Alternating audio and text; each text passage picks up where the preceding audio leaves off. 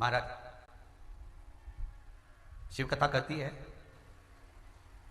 नंदी का एक पांव जो ऊपर होता है, आप लोगों ने दर्शन करे होंगे शंकर जी के मंदिर में नंदी के, तो नंदी का एक पांव उठा हुआ होता है, एक पांव नीचा की ओर होता है। शिव पुराण की कथा कहती है, मान लो कोई हड्डी से जुड़ा हुआ रोग, नेत्रों से जुड़ा हुआ, मस्तिष्क से जुड़ा हुआ कोई रोग रहता है, तो एक नीले कलर का फूल आता है महाराज। उस फूल में हल्दी डालकर गुरुवार का प्रदोष पड़ने पर जो नंदी के पांव के पास समर्पित कर देता है महाराज, उसका रोग धीरे धीरे समाप्त होने लगता है। लिंग पुराण कहती है कि नंदीश्वर भगवान के सामने जो पुष्प समर्पित करा जाता है उसको, ये तो लिखा था स्कंद पुराण और शिव पुराण, लिंग पुराण कहती है जो फूल आपने समर्पित करा उसको लाकर पानी की बाल्टी में डालकर आप स्नान भी कर सकते हो, उससे भी हड्डी के जितने रोग होते हैं उसमें आराम लगने लगता है। जैसे कहीं शरीर नहीं चल रहा, हाथ झुन्न पड़ रहा है, हाथ काम नहीं कर रहा, हाथ में झुंझुनी आ रही है, कंपन आ रहा है, उसमें भी ये प्रयोग है। पर होना चाहिए बृहस्पतिवार की प्रदोष। कौन से बार की?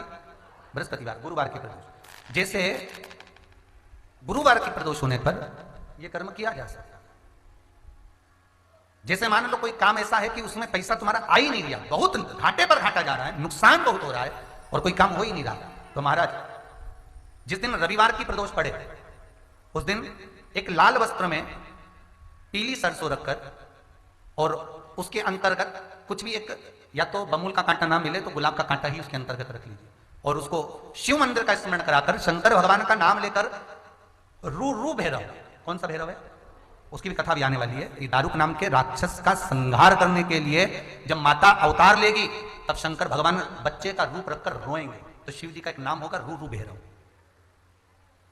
ये भैरव कहां पर रहता है? तो कहा ये शमशान में रहता है। कहां रहता है ये भैरव? शंकर का जो एक अवतार है रू भैरव, ये भैरव अवतार शमशान में रहता है। तो इस भैरव का काम क्या है? तो कहा शमशान में, शमशान की जो अग्नि होती है भले की ली लकड़ी रहे, भले उसमें कोई पदार्थ डाले ना डाले, थोड़ी देर में वो अग्नि रू आवाज, हल्की सी शमशान की जो अग्नि जलती है उसमें एक आवाज आती है। आप ऐसे कोई अग्नि जलाएंगे ना तो आवाज नहीं आएगी, ध्यान देना। हमारे शमशान में अगर जो लोग गए होंगे मुर्दा जलाने के लिए, तो अगर वो एकांत में बैठेंगे तो उसमें से एक आवाज आती है रू रू।